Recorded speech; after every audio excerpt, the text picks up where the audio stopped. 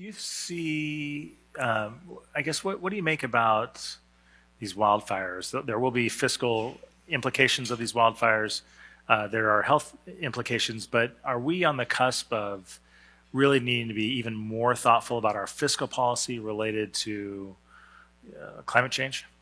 Well, I think not only our fiscal policy with related to climate change, that's going to cost us a lot, and we haven't even started on the damage that's going to be caused by the sea level rise, and that's going to be. I mean, we've built some beautiful things along our coast, and slowly we're going to see that seeping in. So I think we have to be cognizant of the fact that we have to continue to lead the way on climate change. Basically, everybody is really shocked by what California has done, and we've really only done the low-hanging fruit.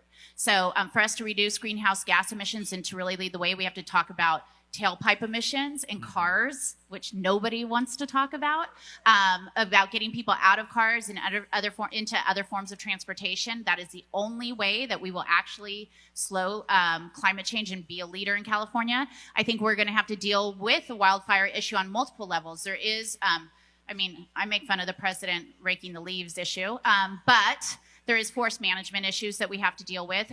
We have to deal with holding our utilities accountable. And I'm kind of in a lucky spot in San Diego. After years and years and years of fights and pushing, SDG&E is really at the forefront of having responsible reactions to fires, to the way of preventing fires, and we're going to have to make sure that all of our utilities do the same, because so many of these fires are being started by utilities that haven't kept up basically with their responsibility as well.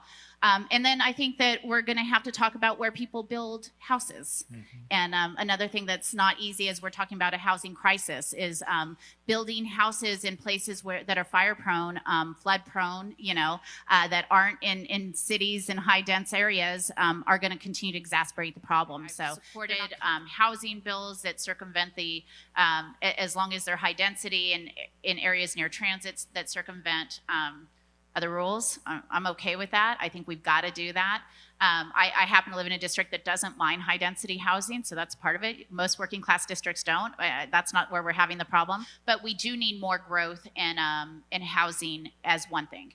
And we have to get over this idea that everybody needs a yard and 2 acres. I'm sorry. We have to get over this idea that everybody needs a yard and 2 acres. I'm sorry.